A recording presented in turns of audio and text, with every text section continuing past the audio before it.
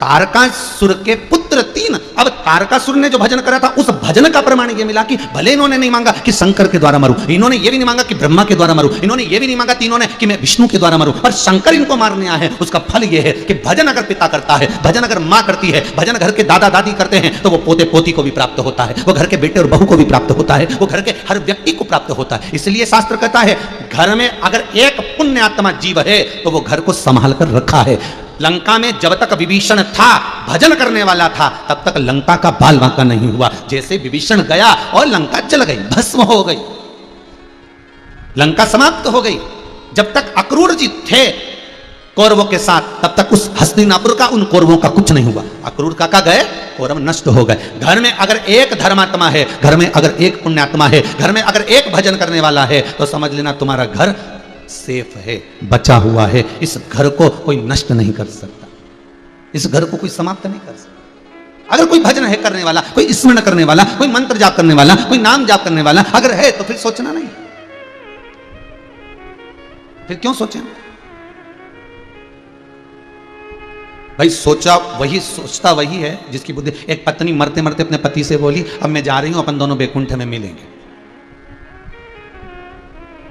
इतना अच्छा पति, इतना बढ़िया धर्मात्मा पुण्यात्मा, अब अपन दोनों बैकुंठ में मिलेंगे। दूसरे दिन से जैसे ही पत्नी के मरी, पति सारा गलत काम करने लगा, ने जुआ खेले, ने व्यसन करे, ने मदिरा पान करे, ने मांसाहार करे, सारा गलत काम करे। तो गांव के लोगों ने एक दिन उसको बुला गया, समझाया, क्यों रे तो इतना अच्छा था, खूब रामायण गीता पढ़ता था, भजन करता, कीर्तन करता, और बताओ कि पत्नी के जाने के बाद इतना बिगड़ गया, काय के लिए ऐसा काम कर रहा है? तो क्या मेरी पत्नी बोल के गई अब बैकुंठ में मिलेंगे, और मैं बैकुंठ नहीं जाना चाहता। बैकुंठ में गया और वो मिलेगी, फिर वो प्राण खाएगी मेरे वहां पर। नीचे नहीं छोड़ा तो क्या ऊपर छोड़ेगी? इसलिए मुझे जाना ही नहीं। मैं भले गलत काम कर लूंगा पर उससे विपरीत जाऊंगा। वो बैकुंठ गई तो मैं नरक जाऊंगा, पर उसके पास नहीं जाऊंगा। क्या कुछ मैं नहीं जाऊंगा। तो गांव के लोगों ने कहा भाई तू इतना समझदार होकर ऐसा ऐसा तो मेरे को जाना ही नहीं बैकुंठ, मैं नहीं जाऊंगा। अब हम सोच रहे हैं, हमारा विचार, हमारी दृढ़ता, हमारे एक मन का भाव हमारे सामने हो, हम रिझाएं परमात्मा, हम भगवान को मना लें, हम भगवान को अपना बना लें, पर चित्तवृत्ति से, दिल से, हृदय से। थोड़ी सी दवाई रोग को शांत कर देती है, थोड़ा सा भजन मन को शांत कर देता है। सुख मत मांगो भगवान से शांति मांगो। क्यों? शांति होगी तो सुख अपने आप आएगा। मन में शांति नहीं तो फिर सुख करोगे भी क्या? डनलप का गद्दा मिल गया, मन में शांति ही नहीं है, तो वो डनलप का गद्दा किस काम का? किस काम का?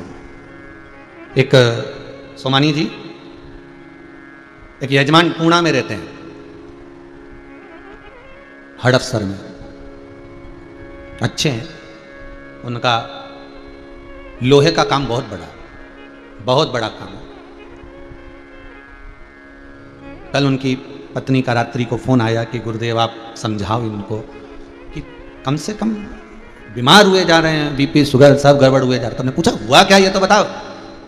अब इन्होंने क्या करा कि एक फैक्ट्री और डाल ली, लोन ले लिया, और साथ में वो फैक्ट्री चल नहीं रही। ये 2 साल से लॉकडाउन पड़ गया। अब रात की नींद उड़ी पड़ी है गुरुदेव, रात नहीं सोते, इधर उधर घूमते रहे, उल्लू जैसे बैठे रहे सोफा पे, हिले डुले, समझ में नहीं आ रहा इनको। और आज कम से कम गुरुदेव उनको ना सोए हुए 4 महीने हो गए। 4 महीने हो गए ना सोए, 4 महीने से नींद नहीं लिए, एक पलक नहीं झपकी है गुरुदेव। कुछ कृपा करिए गुरुदेव। हमने कहा जरा बात कराओ। गुरुदेव बहुत टेंशन है। हमने कहा टेंशन ले लेके निपट जाओगे तो फिर बाद में लोन ऊपर से चुकाओगे। भगवान ने अगर शरीर दिया है, और ये संपूर्ण शरीर अगर भगवान ने बनाया है तो उस लेवल से बनाया है, उस प्रबलता से बनाया है। परमात्मा अगर शरीर का निर्माण करता है तो ऐसा करता है कि कितनी भी विपदा आ जाए, कितनी भी समस्या आ जाए, कितना भी दुख आ जाए, कितनी भी तकलीफें आ जाए, कितना भी कष्ट आ जाए, परमात्मा शरीर को इतना प्रबल बनाकर भेजता है। बस उस प्रबलता को प्रकट करना पड़ता है। अपनी एनर्जी को प्रकट करिए। अभी क्यों कर रहे हैं इम्यूनिटी बढ़ाइए? अरे अपने बल को प्रकट करिए। अगर हॉस्पिटल में पड़े हो तो डरने की बात नहीं है।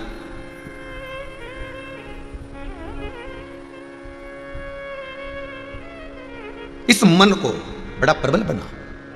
कितनी तेज रफ्तार है मन की, जहां जाओ वहां पहुंच जाएगा। अभी थोड़ी देर में यहां बेटा बेटा ने तुरंत सूरत पहुंच गया, सूरत से आया ना तो वापस सीहोर पहुंच गया, सीहोर से आया तो होटल पहुंच गया, होटल से आया तो वहां पहुंच गया, वहां से आया। ये मन ऐसा दौड़े तुरंत तुरंत। तो भगवान ने तो इतना बलशाली बनाया कि अच्छी अच्छी फ्लाइट, अच्छे अच्छे रॉकेट, अच्छे अच्छे वाहन इसके आगे फीके। जब मन इतना प्रबल है, मन इतना दौड़ने वाला है, तो इस मन को स्थिर रखकर विचार भी तो करो कि अगर मान लो तुमने कर्जा ले भी लिया, तुमने मान लो लोन ले भी लिया, तुमने मान लो थोड़ा काम कर भी लिया, धैर्य रखो, शांति रखो, धीरजता रखो, बलता रखो, कथा पर विश्वास रखो, शिव महापुराण की कथा का स्मरण करो और शंकर की कथा को प्रतिदिन श्रवण करो। ये बल देगी तुमको, ये चित्त देगी तुमको।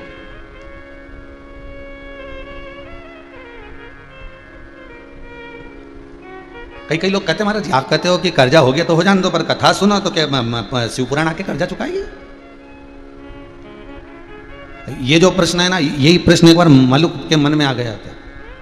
मलुक दास जो हैं, इनके मन में ये प्रश्न आ गया था। ये मलुक दास बाद में बने, पहले तो मलुक थे। इनका दोस्त रोज मंदिर जाता था, दिया लगाता, पूजन करता, आरती करता, अर्चना करता, और मलुक उससे बहुत चिढ़ता। मलुक के बताओ, भगवान के मंदिर में जाकर बैठ जाता है, नहीं कमाएगा तो क्या भगवान खाने को देगा? अरे काम कर काम, भगवान खाने को नहीं देगा, हाथ पैर हिलाना पड़ेगा तब खाने को मिलेगा। मक्कार मत बांध, मंदिर में जाके मत बैठ जाया कर, काम कर।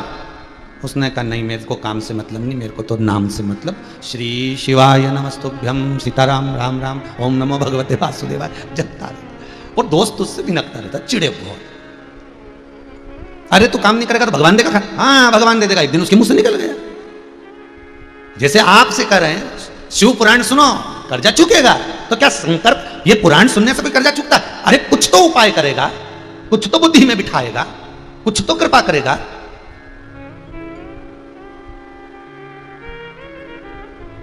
अरे भाई, एक पति ने पत्नी से कहा, क्यों बेटी बड़ी हो गई है, हाँ शादी करना है। पत्नी बोली वो तो कर देंगे। तो पैसा? अरे घर में 1 रुपया नहीं है, खाने के लाले पड़ रहे, तू के बेटी की शादी करना, पैसा कहां से आएगा? पत्नी बोली अब कहीं ना कहीं व्यवस्था तो करना पड़ेगी, बेटी की शादी करना है कुछ ना कुछ। तो नगद कहां है? नगदी कुछ होए तो बेटी की शादी कर दे। इतने में पत्नी बोली तुम चिंता मत करो, 5 किलो चांदी रखी है। 5 किलो चांदी? हाँ कहां है? और पत्नी ने एक झोला ला कर दिया, उसमें चांदी बंधी थी, 5 किलो चांदी। अब बस ये चांदी अपने पास में है, जब चाहो जब नगद कर लो। चांदी बेची, पैसा आया, और पैसा आया तो बेटी की शादी में लगाया। ये चांदी हमारे पास में है, और अगर चांदी तुम्हारे पास में है तो इसको कभी भी नगद कर सकते हो। उसी तरह अगर शिव महापुराण की कथा तुम्हारे इस मन में है, इस चित्त वृत्ति में है, तो यह कभी भी परमात्मा को प्रकट कर सकती है। चांदी कभी भी नगद हो सकती है, उसी तरह ये शंकर की कथा कभी भी शंकर को प्रकट कर सकती है। ये नगद करने वाली है, तुरंत सामने प्रकट करने वाली।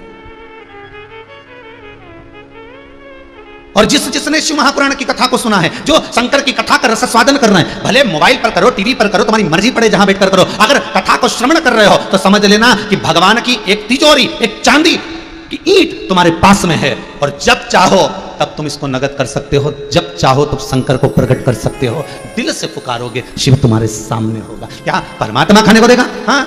और मान ले मैं जंगल में जाकर बैठ गया, वन में बैठ गया, और तेरा भगवान नहीं आया तो क्या गारंटी मेरी तू जा बैठ जंगल में, खाने को देगा?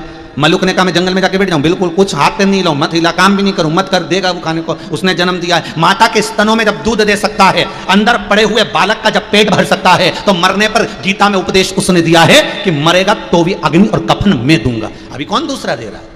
परिवार वाले तो मुर्दे को हाथ तक नहीं लगा रहे, बापड़ा बेचारा दूसरा ही दे रहा है, अग्नि भी देने वाला दे रहा है, कफन देने वाला दे रहा है, लकड़ी देने वाला दे रहा है, कौन दूसरा आ रहा है? बेटे तो ऑनलाइन अंतिम संस्कार कर रहे हैं। अरे दिल्ली की घटना यूट्यूब पर निकालिएगा, फेसबुक पर निकालिए, अखबारों में निकालिए। एक मां हॉस्पिटल से ठीक होकर आ गई, दरवाजे पर मोहल्ले के लोग उसको लेकर गाड़ी में बैठे हैं और हारन बजा रहे हैं कि दरवाजा खोल दो। साहब तुम्हारी माता आई है, ठीक हो चुकी है, अब उसको कोरोना नहीं है, दरवाजा खोल दो। 2 दिन तक बेटे ने दरवाजा नहीं खोला है। बेटी को फोन करा कि तुम्हारी मां ठीक हो गई है, दरवाजा खुलवाइए। बेटी कहती है मैं पहचानती नहीं हूं। कितना विचित्र जमाना, कितना विचित्र।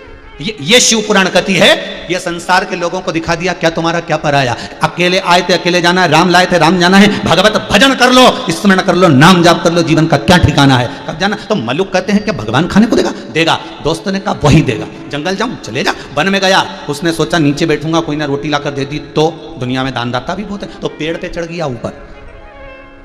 दोस्त ने शिव जी से कहा आज परीक्षा लेने गया है, मेरा मित्र मलुक गया है, कृपा करना पेट भर देना। बाबा ने ऐसी कृपा करी कि एक गाय चराने वाला आया, कपड़े में 4 रोटी लाया, थोड़ा सा अचार लाया, उसने सोचा नीचे रखूंगा कोई खा जाएगा जानवर, तो उन्हें पेड़ पे टांग दी। इसने मन में सोचा गजब भोलानाथ इसका, गजब करा, पेड़ पे रोटी दे दी। पर दोस्त तो कह रहा था कि मत खा, वो तो खिला के भी जाएगा, हाथ भी मत हिला, पाँव भी मत हिला, वो खिला कर जाएगा। तो आज देखो इतने ऊपर पेड़ पे कैसे खिलाने आता। इतने में 8-10 डाकू आ गए, पीपल के पेड़ के नीचे जैसे ही आराम करने के लिए थोड़ी देर विश्राम के लिए रुके, रुकते से ही लेटे, लेटते से ही एक व्यक्ति का ध्यान रोटी पर चले गया। उसने कहा सरदार, माता रानी ने बड़ी कृपा करी है, जगदम्बा ने रोटी देखो अपने को यहाँ दे दी है। सरदार कह रहे भूख लग रही, उतार नीचे। रोटी उतारी, जैसे ही सब खाने वाले थे इतनी देर में दूसरा बोला एक भी रोटी मत खाना, ऊपर पुलिस वाला बैठा है, रोटी में नींद की गोली मिलाई होगी, अपन खाएंगे पकड़ा जाएंगे और ये जाके बंद कर देगा। सरदार क्या करें? सरदार ने कहा एक ही पुलिस वाला, नीचे उतार इसको, नीचे उतार इसको और बांध पेड़ से, और पेड़ से बांध दिया। सरदार क्या करें? सरदार के इसकी रोटी इसी को खिलाओ। अब ये तो क्या भगवान खिलाने आएगा, ये कि नहीं खाऊं। सरदार रोटी नहीं खा रहा, सरदार ने कहा मार मार के खिलाओ। दोनों इधर से दोचा, दोनों इधर से दोचा, बाप ने के नीला पीला कर दिया मार मार के, और खूब मारा ने रोटी खिलाई, मुंडा में ठुसा ठुसा के खिलाई, खूब खिलाई, पूरी रोटी खिला के इसको छोड़ के चले गए। अब ये शाम को जब गाँव में गया तो मित्र मिल गया। मित्र ने कहा मेरा भोलानाथ मिला था। मलुक कहते हैं तेरा भोलानाथ नहीं खाओ तो मारता भी था, नहीं खाओ तो मारता भी है, शिव है। वो मलुक नहीं रह गए, मलुक दास बन गए, जिन्होंने एक पंक्ति लिख दी, अजगर करे ना चाकरी, पंछी करे ना काज, दास मलुक का कह गए सबके दाता राम। अर्थात जिसने जन्म दिया है, परवरिश की गारंटी भी उसकी है।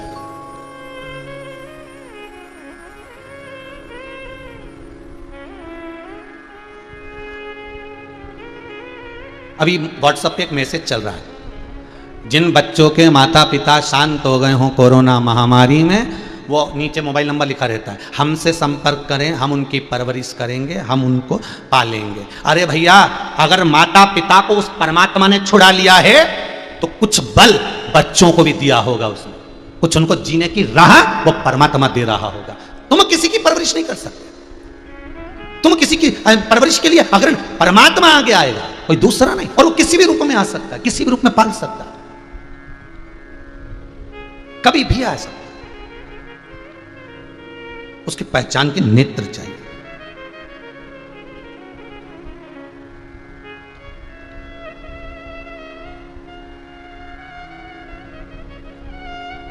महाराज,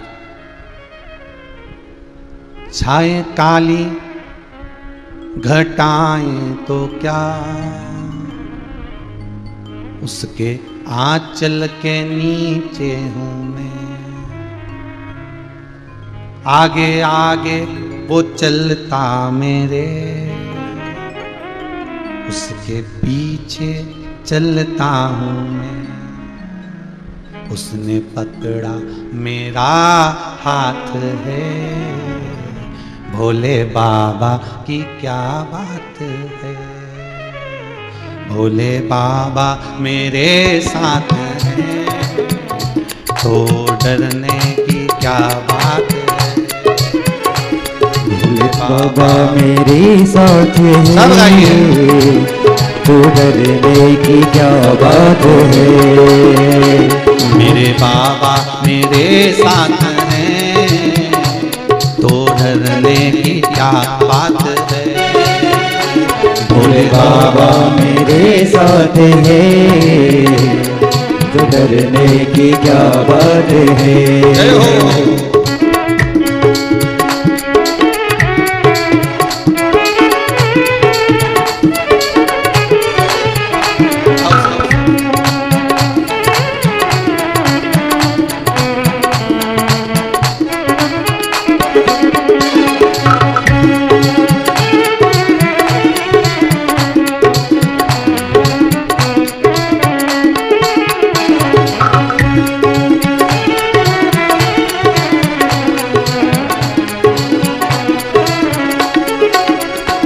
तेरी करुणा का वर्णन करूं, मेरी वाणी में वो दम नहीं। तेरी करुणा का वर्णन करूं, मेरे भोले। मेरी वाणी में ओ दम नहीं। तेरी करुणा का वर्णन करूं, मेरी वाणी में वो दम नहीं। तेरी करुणा का वर्णन करूं, मेरी वाणी में ओ दम नहीं। जब से तेरा सहारा मिला,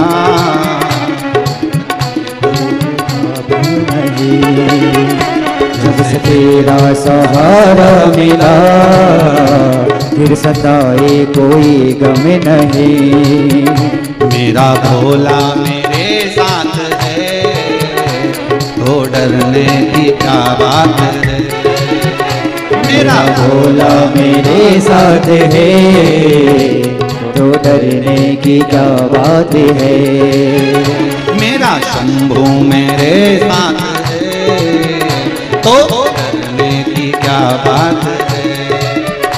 मेरा शंभू मेरे साथ है, तो डरने की क्या बात है। अगर तुम्हारे साथ है, मान लो थोड़ा कर्जा हो गया, मान लो थोड़ी सी समस्या आ गई, और ये जो लॉकडाउन पड़ा है, मान लो व्यापार नहीं चल रहा, तो केवल किसी एक के लिए तो नहीं है। संसार में से ना जाने कितने होंगे, ना जाने कितने लोग होंगे, और ना जाने कितने ऐसे होंगे जिन्होंने कर्जा ले लिया होगा, दुकान भी किराए से चल रही होगी, व्यापार भी नहीं चल रहा होगा। ना जाने कितने कितने लोग ऐसे होंगे जो दुखी होंगे। तुम अकेले तो नहीं, पर विश्वास को शिव पर रखो, शंकर पर अगर भरोसा प्रबल है, विश्वास अगर दृढ़ है, शिव पर अगर भरोसा कर कर रखे हो, तो फिर वो सब छाए काली घटाएं तो क्या, तेरे आंचल के नीचे हूं मैं। अगर उसने कृपा कर रखी है, तो फिर दुनिया में कितना भी कोई बुरा चाहे तो नहीं हो सकता। तारकासुर के 3 पुत्र, तारकाक्ष, विदुमाली, कमलाक्ष की, इन तीनों पुत्र के संहार के लिए शिव आए। कभी विचार करिए शंकर के आने का कारण क्या है? क्यों शंकर आए, क्यों शिव पहुंचे? क्योंकि ये तारकासुर के पुत्र हैं। घर की बुजुर्ग माँ, घर की बूढ़ी माँ अगर एक दिया भी लगाती है ना तुलसी में, घर की बुजुर्ग माँ अगर एक दिया भी लगा रही है, एक आराधना भी कर रही है ना, तो बुजुर्ग माता केवल खुद के लिए नहीं कर रही है, संपूर्ण परिवार के लिए। जितने परिवार में सदस्य रहते हैं, जितने लोग रहते हैं, उन सब के लिए, वो किसी एक के लिए नहीं कर रही। रिटर्न बोलो, जितने सदस्य रह रहे हैं परिवार में, जितने लोग रहेंगे, सब के लिए कर रही है। एक दीप भी अगर प्रकट कर रही है, तो उसका फल सबके लिए। कितनी माताएं हैं, जितने भी आस्था चैनल पर सुन रहे हो, टीवी पर सुन रहे हो, मोबाइल पर सुन रहे हो, जितनी बुजुर्ग माताएं आपके घर की बैठी हैं, दिल से बोलना, आप में से कितनी माताएं हैं जो कभी कोई सब्जी या कोई सामान खुद के लिए बनाती है? नहीं। जब भी कुछ बनाएगी ना, अगर खुद के लिए भी, तो ज़्यादा ही बना। एकादशी बूढ़ी माता की, और फरियाल इतना बनाती है कि बहुओं को भी दे देती, तू भी ले ले थोड़ा सा, थोड़ा चिप्स तू ले ले, थोड़ा सा मैंने खीर अच्छी बनाई बेटा तू ले ले। फरियाल भी बना, अकेले की एकादशी, पर बनाती इतना है कि सबको बांट देती है। ये जो पशुपति व्रत होता है ना, इस पशुपति व्रत का नियम है कि प्रसाद के जब 3 हिस्से होते हैं, तो 2 हिस्से मंदिर में छोड़ना पड़ते हैं और 1 हिस्से लेकर आना पड़ता है। और पशुपति व्रत का नियम कि जो हिस्सा तुम लेकर आए हो, वो हिस्सा तुमको ही खाना है। अगर वो हिस्सा तुमने किसी को दे दिया, तो वो व्रत खंडित हो जाता है। अब दिक्कत ये आता, बेचारी बूढ़ी माँ जब व्रत करती है, या उस व्रत को करती है ना, पशुपति व्रत को, और खीर बना कर ले जाती है, या हलवा बना कर ले जाए, सीरा बना कर ले जाए, मिठाई ले जाए, और जब वो 1 हिस्सा लेकर आती है ना, और घर में पोता पोती, बच्चे, बहू, बेटा सब दिखते हैं, तो बड़ा उसका मन दुखता है कि इनको कैसे दूं। और सियोर वाला महाराज ने कहा खुद कोई खाना। अच्छा, टेंशन बहुत बड़ा हो जाता है कि पशुपति व्रत करूं, प्रसाद के 3 हिस्से करूं, उसमें से 2 हिस्सा मंदिर छोड़ूं, 1 हिस्सा लेकर। अब 1 हिस्सा लेके आई तो बड़ी चिंता में पड़ जाती है। अब क्या, अरे माताओं की, बुजुर्ग माताओं की तो क्या कहो, जब ये तीरथ जाती है ना, पति के साथ घूमने के लिए कहीं जाए, और वहां से जब आती है ना, तो अपने पोता पोती को गिन के सामान लाएगी। बड़े का ये, छोटे का ये, बड़ी बहू के लिए ये, छोटी बहू के लिए ये, उसके लिए ये, उसके लिए ये, भगवान के लिए। मतलब उसकी चित्तवृत्ति में भले बद्रीनाथ का दर्शन कर रही है, पर वो जो साल देख के आई ना लटकता हुआ, वो उसके दिमाग में है, वही वाला खरीदना बड़ी बहू। जय बद्रीनाथ श्रीमन नारायण। तुरंत वहां से निकली, जय करके चने की दाल का प्रसाद लिया, बद्रीनाथ का दर्शन करा, आते आते उसी की दुकान पर गई। साल कितने का है? 600 रुपए का। दिखाओ जरा, दिख रहे। तो इतना में पति पूछे कि एक ही नहीं, मैंने छोटी बहू के लिए भी देख लिया, वो मारा सामने वाली क्या, इसके यहाँ से एक लिया, उसके यहाँ से एक लिया। तो पति पूछे तू बद्रीनाथ का दर्शन करने जा रही थी कि साल दिख रही थी? उसकी चित्तवृत्ति में वो समाया हुआ है कि मैं, उसकी चित्तवृत्ति में ये आ चुका है कि मुझे मेरे परिवार के लिए देखना है। वो एक मां है।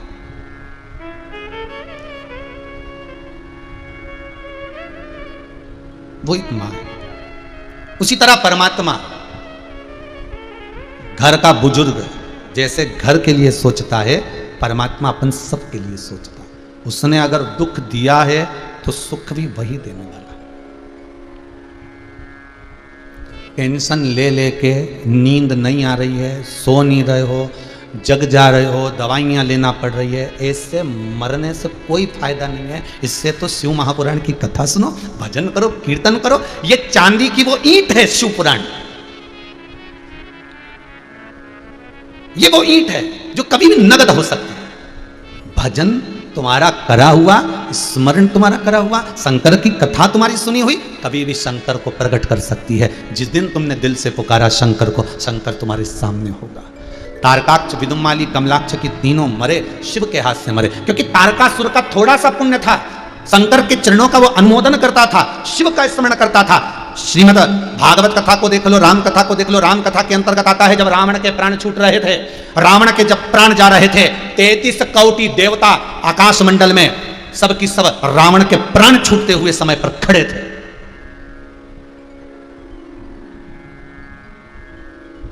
क्यों भैया? शंकर जी का भगत, शंकर का उपासक, शिव का भक्त प्राण छोड़ रहा है, शंकर जी ऊपर खड़े हैं, पार्वती मैया संग में विराजमान है। आप रामायण उठाकर देखना, और अगर नी रामायण उठाओ तो फिर रामानंद सागर जी का रामायण का पूरा चित्र देख लेना। अंतिम समय रावण का देखिएगा, 33 कोटि देवता आकाश मंडल में खड़े, प्राण छूट रहे हैं। स्वयं भूत अधिपति भूतेश्वर मेरा शंकर, मेरा त्रिकालदर्शी कैलाशी अविनाशी मेरा शंकर खड़ा हुआ, स्वयं कैलाश लेकर वहां पहुंच गया। रावण के प्राण छूट गए। इंद्र ने भगवान शिव से कहा, मेरी वाणी को क्षमा करिएगा, कुछ पूछना चाहता हूं। शंकर जी बोले, बोलो क्या बात है, क्या पूछना चाहते हो? पूछना यह चाहता हूं कि ये आपका भगत प्राण छोड़ रहा है, उसके प्राण जा रहे हैं और आप चेहरे पर मुस्कुरा रहे हैं, पार्वती के साथ बैठकर आपके चेहरे पर मुस्कुराहट है।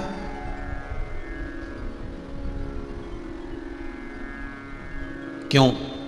शिव जी कहते हैं, एक बार लंकाधिपति रावण जब ब्रह्मा जी से वर मांग लिया था, ब्रह्मदेव से जब लंकाधिपति रावण ने वर मांग लिया था कि नाभि में अमृत रहे, वही सूखे तम मरूं। भगवान नारायण कोई मारने वाला मनुष्य हो तो भगवान नारायण बनकर आए, ये लंकाधिपति रावण ने वर मांगे थे। रावण संहिता कहती है, रावण संहिता को कभी तो रावण संहिता कहती है कि रावण ने शंकर से एक वर मांगा था कि जिस समय मेरे प्राण छूटे, जिसकी मैंने आराधना करी है, उसका मुस्कुराता हुआ चेहरा मेरे सामने हो। अंतिम बिंदु में भी वही सामने खड़ा। ये कोरोना महामारी में ज्यादा से ज्यादा लोग मरे कैसे हैं उसको भी समझ लेना कि इनको परिवार से दूर पटक दिया गया, मिलने नहीं दिया गया। अगर ये मिलने देते, परिवार वालों से बातचीत करने देते, हंसी मजाक करने देते, तो ये पक्का है इतने नहीं मरते। जिसको चाहते हैं, जिससे प्रेम करते हैं, जिससे स्नेह करते हैं, अकेला व्यक्ति डिप्रेशन में चले जाता है, पड़ा पड़ा सोचता रहता है अब क्या होगा, कोरोना हो गया, वायरस लग गया, इतने इंजेक्शन लगेंगे, ऐसा अकेला सोचता रहता। भले डॉक्टर देख रहे हैं, भले सिस्टर देख रही है, भले दवाई दे रही है, भले खाना खिला रहा है, पर वो डिप्रेशन में पड़ा वो मर जाता है। ये जो गए उनका कारण यही था कि आधे से ज्यादा तो डिप्रेशन में चले, कि अब बीमारी लग गई अब चले जाएंगे, अब लग गई अब चले जाएंगे। अगर इनके परिवार वाले मिलते, ऐसी बीमारी नहीं होती है भयंकर कि एक दूसरे के स्पर्श से वो बीमारी फैले, अगर नहीं होती और परिवार वालों के बीच में रहता तो ये पक्का था कि मरते नहीं इतने। जो जिसको रावण ने मांगा, लंकाधिपति लंकेश, रावण कहता है शंभु शंकर से, है कैलाशी है शंकर। रावण संहिता कहती है कि जब मेरे प्राण छूटे, मेरा महादेव ऐसा मुस्कुराता हुआ मेरे सामने होना चाहिए। शंकर ने पूछा, ए लंकाधिपति रावण लंकेश, तेरे प्राण छूटेंगे, तू मेरा इतना भगत है, कैलाश पर्वत को तूने भुजाओं पर उठाया, तूने मेरा स्तवन मेरा स्मरण हर पल करा है, और तू मरे और मैं तुझे देखूं और मुस्कुराऊं, ये कहाँ की रीति है? लंकाधिपति रावण कहता है, जिसको दिल से चाहा जाता है उसको हमेशा प्रसन्न देखा जाता है। मैंने आपको दिल से चाहा है। जिसको व्यक्ति प्रेम करता है, और सरल भाषा में समझ लो, जिसको आप बहुत चाहते हो, जिसको आप बहुत प्रेम करते हो, जिसको आप दिल से ज्यादा चाहते हो, उसको कभी दुखी नहीं देख सकते। राधा और कृष्ण का प्रेम कितना प्रबल था।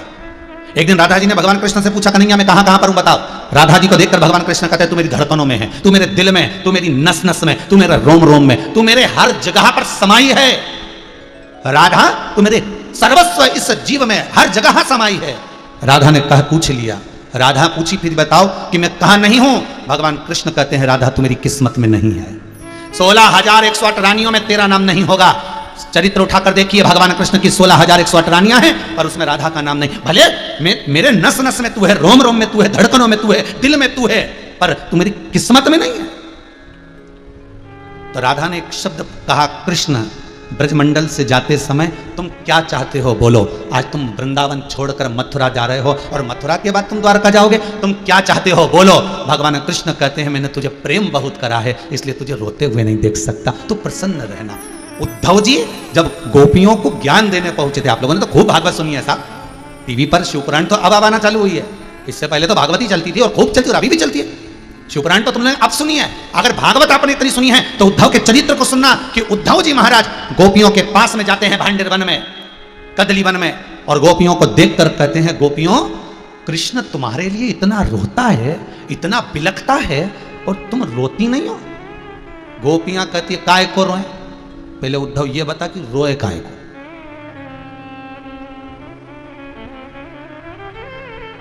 अरे जो असल में है मस्ती में डूबे, उन्हें क्या परवाह जिंदगी की।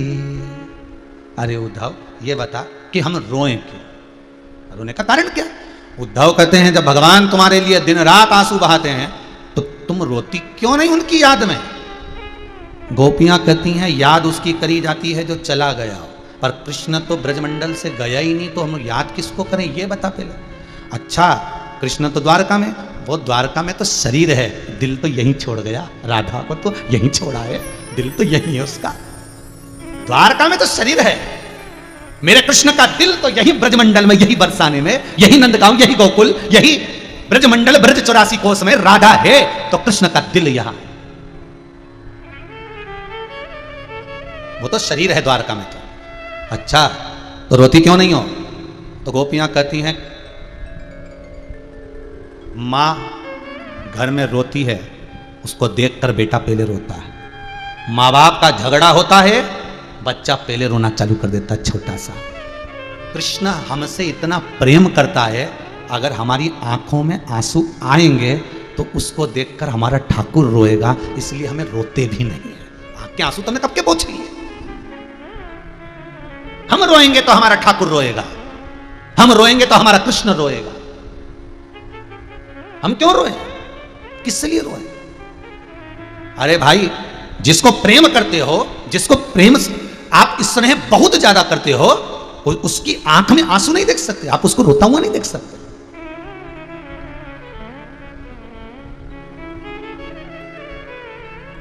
आ बैठ मेरे सामने, सामने बोलते पास में, आ बैठ मेरे पास तुझे देखता रहूं, ना मैं कुछ कहूं ना तू कुछ। अर्थात प्रेम स्नेह वात्सल्यता करुणता में यही होता है।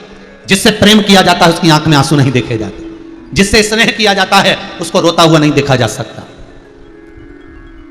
तो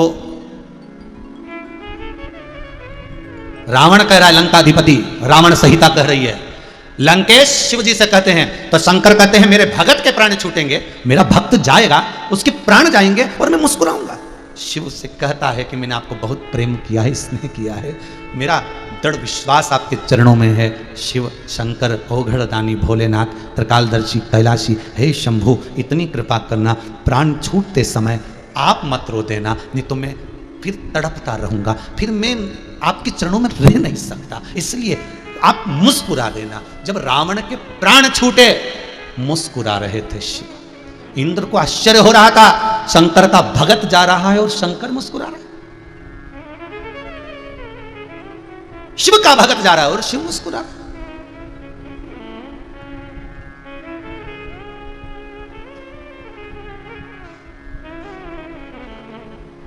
खाली न जाता कोई दर से तुम्हारे, खाली न जाता कोई दर से तुम्हारे, मैं भी खड़ा हूं नन्ही बाहें पसारे, मैं भी खड़ा हूं नन्ही बाहें पसारे, अपने हृदय से लगा लो लगा लो, गिरा जा रहा हूं उठा लो उठा लो, प्रभु अपने दर से अब तो न टालो, गिरा जा रहा हूं उठा लो उठा लो। जिसको प्रेम किया, स्नेह किया, वात्सल्यता जिसे रखी, वो मुस्कुराता हुआ दिख जाए तो प्राण भी फिर आनंद से जाए, आनंद से।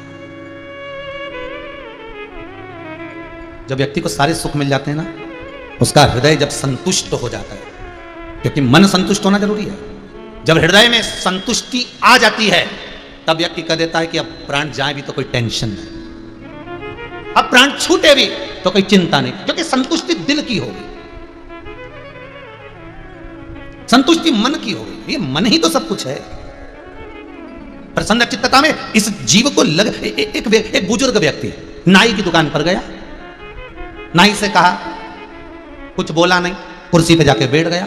नाई को बड़ा गुस्सा आया, इसकी खोपड़िया पे 8 बाल हैं।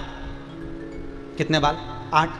तो नाई गुस्से में बोला, गिनूं कि काटूं? गुस्सा आएगा तो यही बोलेगा कि तू कुर्सी पर आकर बैठा है, अब गिनूं कि काटूं? बूढ़ा भी बड़ा विचित्र था, ना काट ना गिन, कलर कर दे, ना काट ना गिन कलर। तो उमंगता में जब आनंदता होती है तब मिलन की आस और कुछ हो जाती है। संतुष्टि जब पूर्ण हो जाए, जब जीव भीतर से संतुष्ट हो गया, भीतर से आनंदित हो गया, फिर उसके भीतर कुछ रहा ही। अब परमात्मा आए जब मैं तैयार है, जब मैं जा सकता हूं, उसके संतुष्टि का संतुष्टि।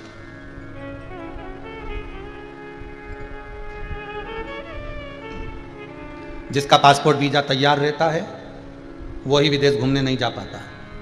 जब तक पासपोर्ट वीजा तैयार नहीं होता तब तक पीछे पड़े रहते हो, जरा बनवा दो साहब, पासपोर्ट बनवाओ, वीजा बनवाओ, हमें जाना है, हमें वहाँ जाना है, हमें वहाँ जाना है। और जैसे ही बन के आया तो ये 2 साल से लॉकडाउन फंस गया, ले अब घूमने चले जा। तो अब तो ऐसे में कैसे? तो जो चीज़ नहीं होती है ना, उसकी उमंगता रहती है। जैसे घर में फ्रिज नहीं है तो मन में आएगा फ्रिज आ जाए, फ्रिज आ जाए, फ्रिज आ गया नहीं तो उसमें मालूम पड़े तरबूजा रख दिया, खरबूजा रख दिया, भगोनी रख दी, बर्तन रख दिया, बचा कुचा सारा अटाला सटाला रात को जितना बचने फ्रिज में भर दो।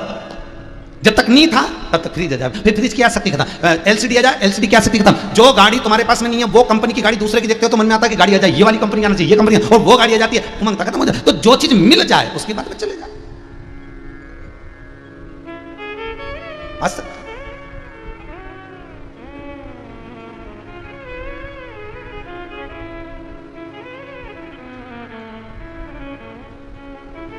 बस एक बार परमात्मा के चरणों में ये दिल, मन, चित्त, वृत्ति पहुंच गई, फिर टेंशन नहीं। तारकासुर के 3 पुत्र तारकाक्ष, विदुम्माली, कमलाक्षकी के प्राण शिव हरे, क्योंकि इसके पिता के हृदय में कहीं शिव था, कहीं शंकर था। किसी ने पूछा, गुरुदेव शिव महापुराण की कथा याद तो रहती नहीं है, तो फिर सुनने से फायदा कौन सा है? हमने कहा, बेटा गुलाब जामुन 1 महीने पहले खा ले पर शरीर में रक्त बनकर चल रही है, अर्थात साबुन देखा है, सब लोगों ने नहाए तो हो गए, जितने भी आस्था चैनल पे कथा सुन रहे हो, मोबाइल पे सुन रहे हो, नहाए कि नहीं नहाए ये तो बताओ। सोफे पे बैठे हो, पलंग पे बैठे हो, नीचे बैठे हो, जहां बैठे हो, मन में विचार करो, साबुन देखा कि नहीं देखा? देखा है ना। तो साबुन में जो कलर होता है, जैसे आपने कोई साबुन लिया, कोई भी कंपनी का लिया हो, तुम्हारी मर्जी हो, जिस रेपर का लिया हो, अब एक से बढ़कर एक साबुन आ रहा है आजकल तो है खूब बढ़िया, ना जाने कौन कौन से डिजाइन का, तो उसमें जो कलर होता है, मेल उसी से साफ होता है क्या? अरे बोलो तो उससे साफ होता है? नहीं, वो तो कलर इसलिए दिया अच्छा दिखे। फिर उसमें जो खुशबू होती है साबुन में अच्छी अच्छी, उससे मेल साफ होता है क्या? नहीं, वो तो इसलिए दिया कि लोग उसको खरीदें अच्छे से। उसके ऊपर रेपर लगा रहता है, उससे मेल साफ होता है क्या? नहीं। साबुन का कलर मेल साफ नहीं करता, साबुन में जो खुशबू रहती है वो मेल साफ नहीं करती। हाँ, साबुन जब नहाते हो तो फिर मेल कहां से साफ हो जाता है? मतलब साबुन के अंदर कलर और खुशबू से मतलब नहीं है, साबुन के अंदर कोई कास्टेट ऐसा रहता है, कोई सोडा ऐसा रहता है जिससे मेल साफ हो जाता है। उसी तरह लोग कहें कि ये मंच बना है इससे ज्ञान प्राप्त हो जाए, नहीं होगा। लोग कहें ये माइक लगा इससे ज्ञान प्राप्त हो जाए, नहीं होगा। कोई कहे कि यहाँ बिछात अच्छी हुई है, या स्टेज अच्छा बना है, या मंडप अच्छा बना है, तो इससे ज्ञान प्राप्त, नहीं नहीं नहीं, इससे नहीं। शिव महापुराण वो साबुन की बट्टी है, जो बट्टी एक बार अगर तन पे लग गई और ये शिव पुराण का ज्ञान अपने भीतर पहुंच गया, तो यह पक्का है कि अंदर का मेल कपट छल छिद्र बेईमानी प्रपंच सब हट गया, ये सब समाप्त।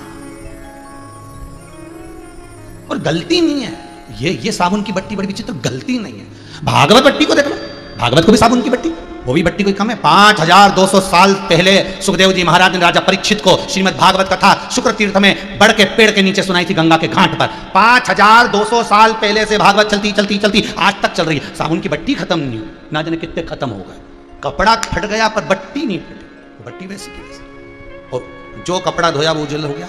जिसने सुनी शिव महापुराण वो बट्टी है, हजारों वर्ष से चल रही है। वेद व्यास जी ने जब इसका रचना करी तब से शिव महापुराण की कथा, उससे भी पहले तुमरुका जी ने चंचुला देवी को सुनाई, तब से, उससे भी पहले शंकर ने सुनाई पार्वती को, तब से निरंतर चल रही है। और ये साबुन की बट्टी सब कुछ साफ करे जा रही है, पर बस भीतर अपने अगर एक बार शिव महापुराण प्रवेश कर गई, एक बार ये ज्ञान प्राप्त हो गया, तो अज्ञान से बचाता रहेगा। भले सुनी बाद में नहीं सुनी, पर ये पक्का है, ये जो इंजेक्शन जो लग रहा है ना, ये वैक्सीन इसलिए लगाया जा रहा है कि तुम्हारी बॉडी प्रबल हो जाए, ये इससे लड़ने की सामर्थ्यता इसमें उत्पन्न हो जाए। उसी तरह शिव पुराण भी तुम्हारे भीतर इसलिए दी जा रही है कि ये तुम्हारे को एंटीबॉडी उत्पन्न कर दे, ये काम, लोभ, आसक्ति, वासना, तृष्णा, ये सब दूर हो जाए,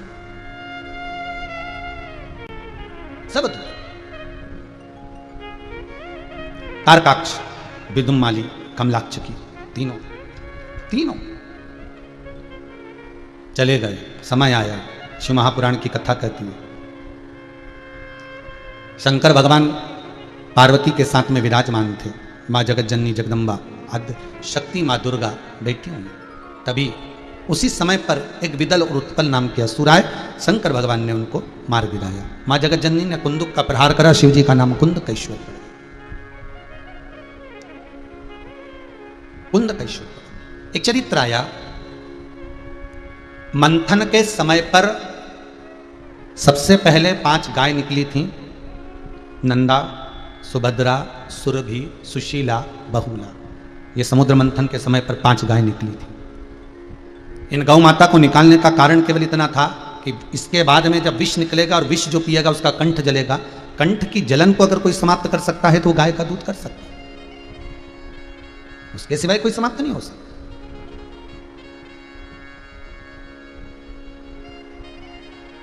अगर वो विष, आज भी नियम है महाराज, गौ माता के दूध से बने हुए दही के निर्माण से बने हुए घी को कटोरी में ले दो, ये जो बाजार का घी होता है ये नहीं हो, गौ माता के दूध से निर्मित घी को कटोरी में लेकर जो शंकर भगवान के शिवलिंग पर जाकर ओम का स्मरण कर देता है, उसके हृदय को शांति की अनुभूति होती है। कितना भी डिप्रेशन चल रहा हो वो समाप्त होता है। केवल ओम बना देने पर, उस घी को अपने मस्तक पर लगाकर, अपनी शिखा चोटी के भाग पर उसको लगा लेने पर धीरजता आती, शांति आती है, डिप्रेशन की गोली नहीं खाना पड़ती, डिप्रेशन समाप्त हो जाता है, वो मन उसका आनंदित होने लगता है। गाय का घी, गौ माता का घृत, वो सहज नहीं है महाराज। क्यों प्रकट करा कि जब कंठ जलेगा तो उसकी जलन को रोकने के लिए गौ माता का दूध, इसलिए शंकर जी का स्नान, शंकर जी का अभिषेक गाय के दूध से होता। अब तो सारे देवी देवताओं का अभिषेक पूजा होने लगा है, सारे देवताओं का। पहले जो प्रमाण था, जो पहले प्रमाणिकता थी, तो उस प्रमाणिकता के अंतर्गत एक गाय के दूध का अभिषेक या पंचामृत अभिषेक शंकर भगवान का होता था, दूसरा शालिग्राम भगवान का होता था। अब बहुत सभी देवी देवता का होने लगा जगह जगह। आजकल तो शनि महाराज के मंदिर में शनि महाराज का भी होता है पंचामृत स्नान, राहु महाराज का, केतु महाराज का भी कर देते हैं, नवग्रह मंदिर में नवग्रह देवता उनका भी पंचामृत स्नान करते। तो अब तो सबका होने लगा, पर पहले जो नियम था शंकर भगवान पर पंचामृत का स्नान, 5 चीजें समर्पित की जाती थी। जल धैर्यता के लिए, दूध अंदर आए हुए कपट को समाप्त करने के लिए, दही बीमारी को समाप्त करने के लिए, शहद घर में सुख समृद्धि के लिए, घी घर में आनंद की अनुभूति के लिए, मिष्ठान, शक्कर, गुड़ आदि पदार्थ वंश की वृद्धि के ये दिए जाते थे, भगवान को प्रदान किए जाते थे, उनका अभिषेक किया जाता।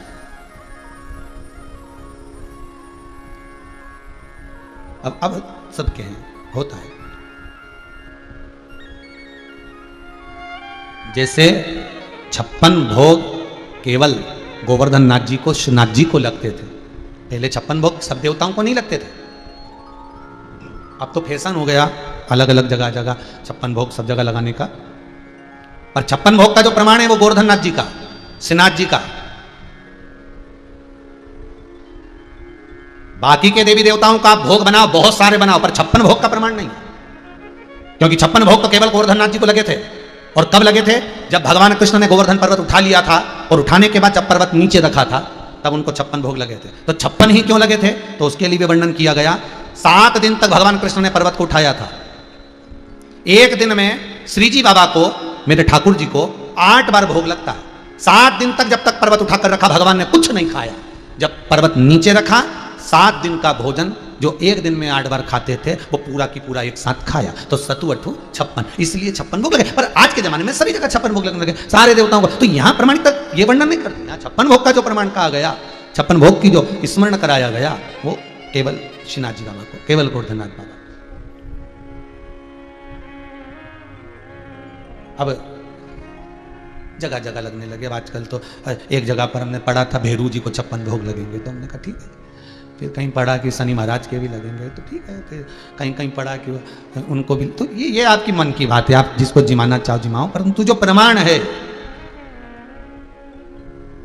फिर दूसरा वर्णन करा कि माता जानकी ने हनुमान जी को जिमाया था, तो बाबा हनुमान जी महाराज को भी जिमा सकते। हनुमान जी का स्वरूप है शंकर, तो शंकर को 56 भोग की जरूरत नहीं पड़ती। शिव जी कहते हैं जब आपने स्वयं राम नाम ले लिया, स्वयं कृष्ण नाम ले लिया, स्वयं भगवत स्मरण कर लिया, स्वयं नाम जाप में आप डूब गए, तो शिव कथा कहती है, भगवान कहते हैं वही मेरा आधार है, वही मेरा हार है, वही मेरा आधार।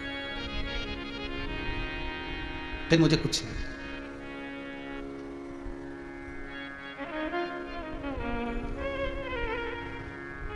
महाराज तेरे डमरू की धुन सुन के मैं काशी नगरी आई हूँ। तेरे डमरू की धुन सुन के मैं काशी नगरी आई हूँ। तेरे डमरू की धुन सुन के मैं काशी नगरी आई हूँ। तेरे डमरू की धुन सुन के मैं काशी सभी लोग आई हूँ। मैं काशी नगरी आई हूँ, मैं काशी नगरी आई हूँ। मैं काशी नगरी आई हूँ, मैं काशी नगरी आई हूँ। मैं काशी नगरी आई हूँ, मैं काशी नगरी आई हूँ। मैं काशी नगरी आई हूँ, मैं काशी नगरी आई हूँ। मेरे भोले ओ बम भोले मैं काशी नगरी आई हूँ। मेरे भोले ओ बम भोले मैं काशी नगरी आई हूँ। जय हो।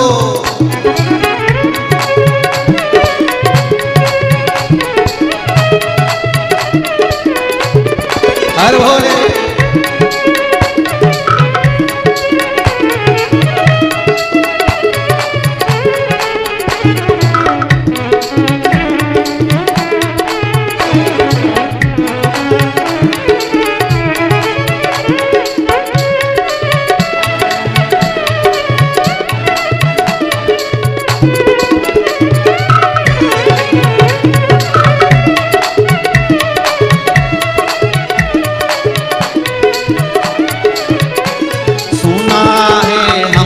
ने ओ भोले तेरी काशी में गंगा है। सुना है हमने ओ भोले तेरी काशी में गंगा है। सुना है हमने ओ भोले तेरी काशी में गंगा है। सुना है हमने ओ भोले तेरी काशी में गंगा है।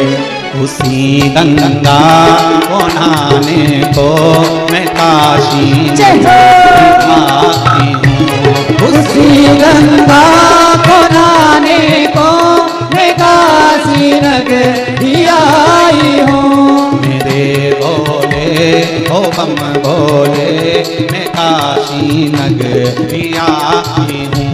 मेरे भोले ओ बम भोले मैं काशी नगरी आई हूँ।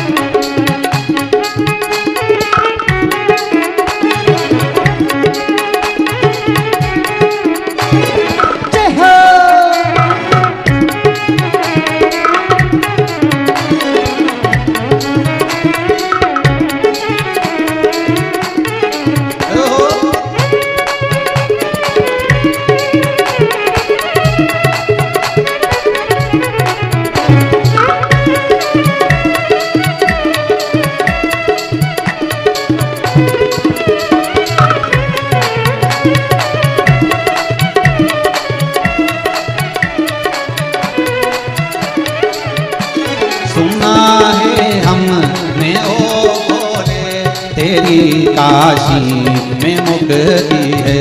सुना है हमने ओ भोले तेरी काशी में मुक्ति है।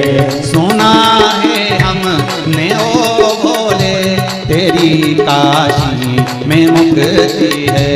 सुना है हमने ओ भोले तेरी काशी में मुक्ति है। उसी मोती को पाने को मैं काशी नगरी आई हूँ। उसी मोती को पाने को मैं काशी नगरी आई हूँ। मेरे भोले ओ बम भोले मैं काशी नगरी आई हूँ। मेरे भोले ओ बम भोले मैं काशी नगरी आई हूँ। मैं काशी नगरी आई हूँ। मैं काशी नगरी आई हूँ। मैं काशी नगरी आई हूँ। मैं काशी नगरी आई हूँ। मेरे भोले ओ बम भोले मैं काशी नगरी आई हूँ। मेरे भोले ओ बम भोले मैं काशी नगरी आई हूँ। हर भोले हर शंभो हर त्रिकाल हर लाल अविनाश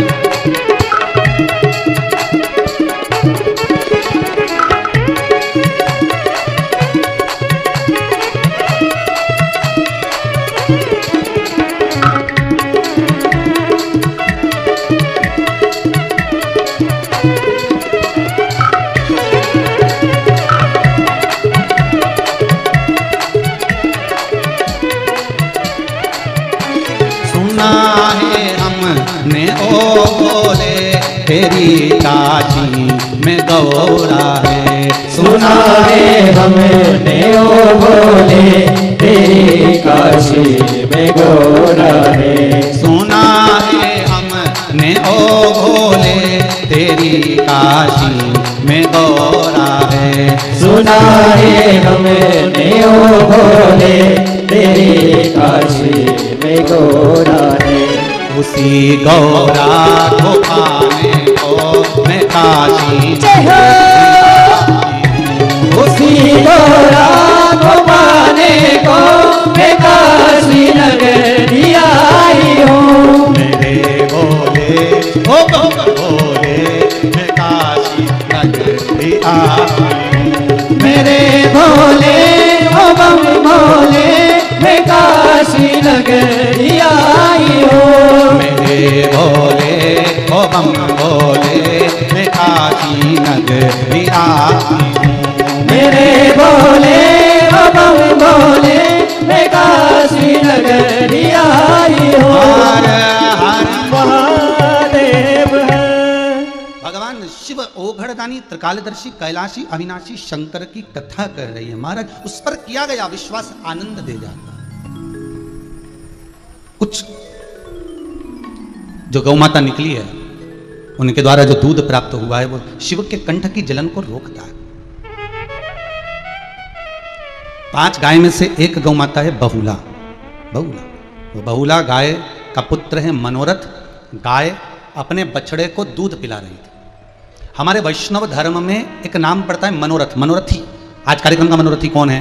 कौन भागवत करा रहा है? कौन शिवपुराण? इसका मनोरथी। मनोरथी शब्द कहां से आया? बहुला गाय के पुत्र से आया, मनोरथ से। मनोरथ से मनोरथी बना।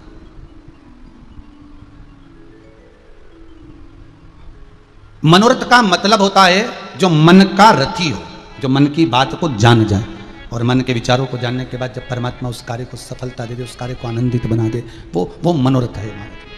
वो मनोरथ है। अब मनोरथ दूध पी रहा था, बहुला गाय का। उसको दूध पीते पीते उसके मुख में फेन आ गया।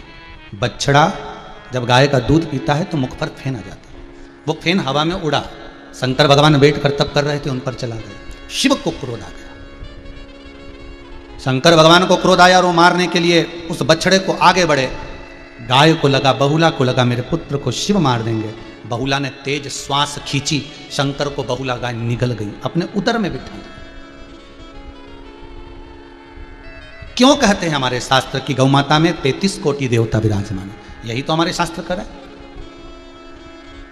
संपूर्ण ब्रह्मांड जब हाहाकार मचा देता है, संपूर्ण ब्रह्मांड में जब त्राही त्राही मचने लगती है, संपूर्ण ब्रह्मांड में जब चारों तरफ सूखा पड़ने लगे, हाहाकार मचने लगे, तब कोई बचाने वाला नहीं होता। केवल एक गौ माता होती है जिसके अंदर 33 कोटि देवता भी जाकर बैठ जाते हैं। फिर उस गौ माता का कोई दोहन करता है, तब जाकर ये सृष्टि पूर्ण तरह से फिर संचलित हो जाती है।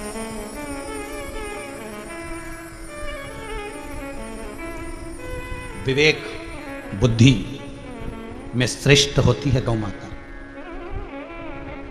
कई लोग उनको कह देते हैं ये ढोर है, ये पशु है। नहीं, वो माता है। गाय कभी घड़ी नहीं बांधती, पर तुम्हारे दरवाजे पर अगर 3 बजे भोजन मिलता है तो 3 बजे दरवाजे पे आके खड़ी हो जाती है। गाय कभी घड़ी नहीं पहनती, पर 1 बजे आपके दरवाजे पर 1 रोटी मिलती है तो 1 बजे वो खड़ी मिलेगी। नहीं दोगे दरवाजा बजाएगी, थोड़ा सा पांव हिलाएगी, सींग हिलाएगी, वहां खड़ी रहेगी। यहां से कोई आएगा। और गाय उसी के दरवाजे पर जाती है जिसके दरवाजे से आशा लगी होती है, जिसके दरवाजे पर मिलता है। कोई डंडा लेकर 2-3 दिन भगा दे, गाय वहां नहीं जाती। आस जहां लगी हुई है, विश्वास जहां जुड़ा हुआ है, वहीं से प्राप्त हो। दुनिया के लोगों को आज शंकर से लगा कर रखना चाहिए तो दरवाजा जरूर खुलेगा, ये विश्वास रखिए। इस शरीर को रसोई घर की बाल्टी बनाओ, बाथरूम की बाल्टी नहीं। बाथरूम की बाल्टी और रसोई घर की बाल्टी में अंतर होता है। रसोई घर की बाल्टी में पूजन का पानी भराता है, साफ पानी भराता है, और बाथरूम की बाल्टी में कपड़े के धोवण का पानी भराता है, और उसमें भी दिन रात फचीटा होता रहता है, देह पछीट। इस शरीर को बाथरूम की बाल्टी मत बनाना, इस शरीर को, इस मन को अगर बनाना तो रसोई घर की बाल्टी बनाना, जिसमें निर्मल जल भरा रहे, जिसमें भगवान की पूजन का जल भरा रहे, जिसमें शिव महापुराण भरी रहे। इस शरीर को, इस मन को रसोई घर की बाल्टी बनाने का प्रयास करना, बाथरूम की बाल्टी नहीं जिसमें धोवण का पानी रखा रहे, 2 दिन तक पड़ा रहे, सड़ता रहे, उसी पानी में कपड़े धो दिया, उसी में से पछीट दिया, उसी में निचोड़ दिया, उसी में फिर डाल दिया, देह पछित। ऐसी अपने शरीर को, अपने मन को ऐसा मत बनाना। दिन रात धोते रहो, सुखाते रहो, धोवण का पानी पड़ा रहे, दिन भर चुगली, निंदा, कपट, बुराई, छल छिल सब भरी रहे। वन मतलब काम, क्रोध, लोभ, इन तीनों में सबसे बेकार होता है लोभ, सबसे बेकार। काम से मन बिगड़ जाता है, क्रोध से बुद्धि बिगड़ जाती है, और लोभ से मृत्यु बिगड़ जाती है। काम से क्या बिगड़ा? मन। क्रोध से क्या बिगड़ा? बुद्धि। क्रोध जब आता है व्यक्ति बुद्धि चली जाती है, उसको मालूम ही नहीं पड़ता। जब गुस्सा आता है ना तो किसी को नहीं देखता, कौन मम्मी, कौन पापा, कौन भाई, कोई बंधु, कौन सका, कौन पत्नी, कौन बच्चे, किसी को नहीं देखता। बस गुस्सा आया और बड़बड़ा जो चिल्ला चोट कर इन सामान बिगन, ये करन वो करा, वो जाए गुस्से। क्रोध में बुद्धि बिगड़ गई, काम में मन बिगड़ गया, और लोभ में मृत्यु बिगड़ गई। अंतिम समय, अंतिम बिंदु लोभ में बिगड़ गया। लोभ आया तो आपने अपनी परिवार को भी डुबो दिया, घर को भी डुबो दिया, जरा से लोभ के चक्कर में। इतने बढ़िया घर में 5 लाख रुपए रखे थे, इतने बढ़िया रखे थे, इतने में किसी ने कह दिया और रिश्तेदार को दे दो, उसमें कुछ क्या मिलता है भगवान, ऊपर से मिल जाएगा थोड़ा कुछ परसेंट, कुछ ब्याज। और घर में रखा हुआ वो 5 लाख रुपए उठा के उसको दे दिया, वो 5 लाख रुपए ले गया, 25 बार फोन लगा दिया, भैया दे दे भैया। पहले तो उसने 2-4-6 महीना ने ब्याज भी दिया, उसके बाद तो अब तुम मांगने जाओ तो यूं खड़ा, तो खा के भग रहे क्या, तो दे दे नहीं दादा। काय में गया ये? अब वो 5 लाख रुपए देते तो काम करता तो व्यापार करता तो धन आता तो परिवार चलता। अर्थात काम में मन बिगड़ गया, क्रोध में बुद्धि बिगड़ गई, और लोभ में अंतिम अवस्था बिगड़ गई, मृत्यु बिगड़ गया। फिर सुहाया ना। ये जितने असुर मरे हैं ना, ये जितने राक्षस मरे, ये काम और क्रोध में नहीं मरे, ये सब लोभ में गए। तो उठा के देख लो, कौरवों की पूरी परिवार चले गया वो लोभ में। एक सुई के नोक के बराबर नहीं दूंगा, एक सुई की नोक के बराबर नहीं दूंगा। तो भगवान भी बैठे बैठे सोचे मत दे, हम तो तीर की नोक पे ले जाएंगे, तू काहे चिंता करे, धर लेते, नीचे रख।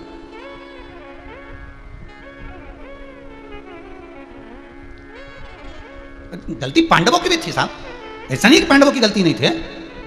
अच्छे खासे जुआ खेलने जा रहे तो भगवान कृष्ण उनके साथ साथ जा रहे कि आज दुर्योधन ने जुआ खेलने बुलाया, चले। भगवान, कई लोग जब रामायण महाभारत पढ़ते हैं तो महाभारत पढ़कर कहते हैं बताओ भगवान कृष्ण इनके साथ था और द्रौपदी का चीर खिंचा रहा था, और जब द्रौपदी का चीर खिंचाया तब गए भगवान, पहले क्यों नहीं गए द्वारकानाथ, पहले क्यों नहीं गए कृष्ण? अरे भैया जरा चरित्र तो उठाओ महाभारत का। जब पांडव जा रहे थे कौरवों के महल में, तब सबसे आगे कृष्ण चल रहे थे, तो युधिष्ठिर ने अर्जुन से कहा ये कृष्ण के सामने हम कैसे चौसर खेलेंगे, कैसे जुआ खेलेंगे? अर्जुन तुम एक काम करो, कृष्ण को कुछ कह दो। तो क्या कहूं भैया? युधिष्ठिर कहते हैं तुम कृष्ण को इतना कह दो कि तुम बाहर रुकना, अंदर मत आना, जब तक हम बुलाए नहीं तब तक अंदर मत आना। भगवान को अर्जुन ने रोक लिया, कन्हैया रुकिए जरा। कृष्ण बोले बोलो क्या बात है? आपसे हाथ जोड़ के निवेदन है, कान्हा आप अंदर मत जाओ। भगवान बोले क्यों नहीं जाऊं? कौरव तो मुझे सम्मान करते हैं, कौरव तो मेरा आदर करते हैं, सम्मान करते हैं, दुर्योधन भी मेरा आदर करता है, कौन मना करेगा? भीष्म पिता मेरा आदर करते हैं, मैं तो जाऊंगा। नहीं नहीं, अर्जुन ने कहा हमारा सौगंध है तुमको, तुम अंदर नहीं जाओगे जब तक मैं बुलाऊं नहीं, जब तक ये पांडव बुलाए नहीं, जब तक कोई बुलाए नहीं तब तक तुम अंदर मत आना। भगवान बोले आवाज जरूर दे देना हो, अगर जरूरत पड़े तो बुला जरूर लेना हो, बोलना जरूर, मैं आऊंगा दौड़ के, 1 सेकंड की देरी नहीं करूंगा। बस पहुंच गए, और जो चौसर चालू हुई, जुआ चालू हुआ, और जुआ जब चालू हुआ और चालू होते ही फिर दुर्योधन जब हारने लगा तो दुर्योधन ने कह दिया, मेरी ओर से मेरे मामा खेलेंगे,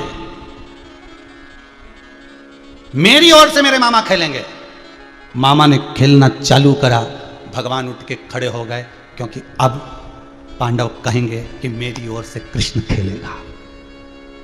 भगवान मार्ग दिखाता है, भगवान रास्ता बताता है कि ऐसा तू भी कर ले। अगर उसने मामा को खड़ा करा तो तू मुझे खड़ा कर दे। सारे दुनिया के लोगों के हाथ जोड़ लिए, पांव पड़ लिए, सांसद, मंत्री, फंत्री, एमएलए, फेमएलए सब दूर हाथ जोड़ लिए, काम नहीं हुआ। भगवान कहता अब जगत के हाथ जोड़ के देख लिया, मेरे जोड़ ले। तो जैसे ही मामा को खेलने के लिए दुर्योधन ने बिठाया, पांडव हारने लगे। पर पांडवों की बुद्धि में यह नहीं आया कि मुंह से एक बार कह देते कि कृष्ण खेलेगा और कन्हैया आ जाता तो हारता क्या। अरे बोलो तो ये शकुनी मामा जैसे, तो जब वो कंस मामा के निपटा दिया तो ये मामा का कहीं करता है, तो चुटकी का खेल था ये मामा के निपटाना। वो मामाओं से वैसे बेर था उसका, मामा उनके तो पूछता ही नहीं था। रिश्तेदारों में ज्यादा रहे ही नहीं भगवान कृष्ण। वो सग्गी बुआ का छोरा शिशुपाल गालियां दे रहा था और भगवान दाऊ जी से कह रहे थे मेरी बुआ का छोरा है, इसको समझा लो, गालियां बकरी है, समझा लो इसको, नहीं तो छोड़ूंगा नहीं, 2 मिनट में निपटा दूंगा इसको। और दाऊ जी ने कहा शिशुपाल तो तू चुप हो जा। शिशुपाल बोले बुआ का लड़का हूं तो क्या सुनूंगा, तो मामा के छोरे हो। बस मामा और बुआ फिर वो लफड़ा हो गया कि छोड़ू ही नहीं, और इसकी 100 गाली पूरी हुई, इन्हें सुदर्शन उठा के निपटा दिया। जा अरे भगवान कृष्ण कहते हैं सब लुटेरे हैं। जब व्यक्ति मरता है उसके कपड़ों को बाहर फेंक दिया जाता है। बोलो फेंकते नहीं फेंकते? जब व्यक्ति मरता है उसके कपड़ों को बाहर फेंक दिया जाता है। जिस चद्दर पे सोया था चद्दर बाहर फेंक देते, जिस गादी पर सोया था गादी बाहर फेंक देते, उसके कपड़े बाहर फेंक देते, उसका खाया हुआ अन्न बाहर फेंक देते। तो वो जो सोने की अंगूठी और चेन पहना था वो क्यों नहीं फेंकी रहे? जब तुमने उसका कपड़ा फेंका, सामान फेंका, तो चेन और अंगूठी भी फेंक देते। वो तो अंदर रात के ही धर ली और सब फालतू का सामान फेंक दिया। अब सोचो इनसे बड़ा चोटा कौन होगा, इनसे बड़ा लुटेरा कौन होगा, इनसे बड़ा लोभी कौन होगा। और एक तरफ तो क्या, हमारा घर, हमारा परिवार, हमारा कुटुंब, हमारा पिता, हमारी माता, हमारा भाई, हमारा बंधु, हमारा सखा, और लुटेरे यही हैं, रात को निपटा जाएंगे और सुबह सब फेंक ही आएंगे जो काम करने धर दे। तो इतना प्रेम। तो भगवान कृष्ण कह रहे हैं कि दुर्योधन के मुख से निकला है कि शकुनी मामा खेलेगा, तो पांडव कहेंगे मेरा कृष्ण खेलेगा। बाहर सटपटाते रहे मेरे कृष्ण, तड़पते रहे, अंदर जाने के लिए नहीं बुलाया। जब द्रौपदी को भी हार गए, लेकर आए, तब अंत में द्रौपदी रोती हुई सबके पास गई। गुरु द्रोणाचार्य के पास भी पहुंचकर कहा तुम मेरे गुरु हो, तुमसे मैंने गुरु मंत्र लिया है, कोई साथ नहीं दे रहा, तुम तो दे दो। गुरु द्रोणाचार्य ने कहा यहां जितने बैठे कोई साथ नहीं देगा। सुन द्रौपदी, मैं तेरा गुरु हूं, मैं भी साथ नहीं दूंगा, पर इतना याद रखना मैंने तुझे जो गुरु मंत्र दिया था वो साथ देगा, गुरु साथ नहीं देगा पर मंत्र साथ देगा। और आपसे भी बार बार कहा, बार बार कहते हैं, सियोर वाला महाराज साथ नहीं देगा पर शंकर का श्री शिवाय नमस्तुभ्यम वो मंत्र साथ देगा, शंकर की वो कथा साथ देगी, शंकर का अनुमोदन साथ देगा, शंकर का स्मरण साथ देगा। जो शंकर की कथा तुम सुन रहे हो वो तुम्हारी धड़कनों में साथ दे जाएगी। गुरु साथ नहीं देता, उसका मंत्र साथ देता। द्रौपदी जान गई कि अब गुरु के चक्कर में ना संसार के चक्कर में, मंत्र पुकारा, जो पुकारा द्वारकानाथ के ने आ गया। और जब आया तो ऐसा चीज बढ़ाया, ऐसा बढ़ाया, दुशासन बापड़ा तो खींच खींच के थक गया। रे 3-4 बार तो पसीना पोंछ लिया। बस दुशासन ने, दुर्योधन पूछे हुआ क्या है, कहीं नहीं बीपी ऊंचा नीचा हो रहा है, तो क्या चेक कर ले, मशीन है तेरे पास में? तो क्या मशीन तो जान दो, पर समझ में नहीं आ रहा। इतना चीर खींचा, तो ये इतना चीर खींचने के बाद कमी, आखिर ये साड़ी कम क्यों नहीं हो रही? भगवान जब देता है तो छप्पर फाड़ कर देता है, और भगवान जब लेता है तो तन का कपड़ा भी फाड़ लेता। वही दिखा दिया, पूरा चीर बढ़ता गया। दुशासन हार कर थक कर गिर गया। आखिरी दुर्योधन भी उठा, सब कोई उठे, पर उसकी कृपा जब बरसती है तो दुनिया देखती रह जाती है कि बताओ ये गांवड़े से आया, गांव खेड़े से आया, यहां आकर बस गया, बसने के बाद बिल्डिंग गाड़ी फैक्ट्री सब कर ली, तो दुनिया के लोगों को चक्कर पड़े, आया कहां से, इतना मिला कहां से? अब इनको कौन बताए? दादा बरस रहा है, उसकी कृपा बरस रही, उसकी करुणा बरस रही कि गांव खेड़े से आकर शहर में आके बस गया और इतनी कृपा बरसी कि सब कुछ बना लिया उसने। तो ये उसकी जब कृपा बरसती कोई नहीं दिखता, बस कृपा दिखती, उसकी कृपा दिखती, नजर आती। बहुला निगल गई शिव को, 33 कोटि देवता अंदर है। पूरी पृथ्वी जब नष्ट होती है तब गौ माता अपने सींग पर पृथ्वी को धारण कर लेती कि मैं हूं, चिंता मत करना, तुमने मुझे एक रोटी दी है, तुमने मुझे एक निवाला दिया है। ये आप लोग जो गौ माता के लिए दान देते हो और जो ये टैंकरों से पानी आके डलता है, गौ माता पीती है, सब ये कोई साधारण आपका दिया हुआ दान, गौ माता के निमित्त से किया हुआ सत्कर्म, आपके दरवाजे से अगर आप एक रोटी भी दे रहे हो वो खाली नहीं जाएगा। आपको फिर निवेदन है, गाय, ब्राह्मण, संत, साधु, सन्यासी, तपस्वी, साधक, उपासक और घर की बहन बेटी, इनको दिया कभी नहीं घटता। आपने दिया आपको मिलेगा, घटेगा नहीं, घटना नहीं है, समाप्त नहीं होगा, वो मिलेगा, वो समाप्त नहीं होगा। बस उसको पहचान के नेत्र चाहिए, उस शंकर को, ओघड़ी को पहचान की दृष्टि चाहिए। और जब पहचान की दृष्टि एक बार मिल गई, एक बार प्राप्त हो गई, फिर जीवन का सुख प्रदान कर देती है। पहचान लो शंकर। आज शिव प्रदोष है, भौम प्रदोष है। शंकर की कथा आपको आज प्रदोष के दिन अगर श्रवण करने को मिल रही है और बाबा ने ऐसी कृपा करी है, इस कुबेर भंडारी के द्वार से आप सुन रहे हो, सोमानी परिवार सूरत गुजरात में बैठकर आनंद कथा का रसद स्वादन करा रहा, ऑनलाइन चल रही है, तो बाबा की कृपा ही है। हम फिर कहेंगे, सोमानी परिवार का कहे पूर्वजों के माता पिता और माता पिता के भी माता पिता, दादा परदादा के पुण्य की गुल्लक जब भर आई है, तब जाकर ये कहीं शिव महापुराण की कथा हो पाई है। कहीं कृपा हुई, और आप लोगों पर भी कहीं पूर्वजों की कृपा हुई है, तब आप शिव कथा को सुन पा रहे हैं, सुन रहे। जितने लोग टीवी पर सुन रहे हैं उससे ज्यादा लोग मोबाइल पर भी श्रवण कर रहे हैं। आप घर घर, गली गली, मोहल्ला मोहल्ला, क्षेत्र क्षेत्र। और सबसे प्रसन्नता की बात तो यह है कि आपने इस कथा को प्रसाद के रूप में दुनिया को दिया है, और दुनिया को अच्छा दिया है, तो यह विश्वास रखना आपको भी अच्छा ही मिलेगा। आपने 4 लोगों को फोन लगाकर कहा शिव पुराण आ रही 2 बजे से 5 बजे तक चल रही है, आज 6ठा दिन हो जाएगा, कल 7वां दिन हो जाएगा, शिव पुराण आ रही है, जरूर देखो, ये अमृत है, औषधि है, रतन है। जिसने ले लिया उसका जीवन बन गया।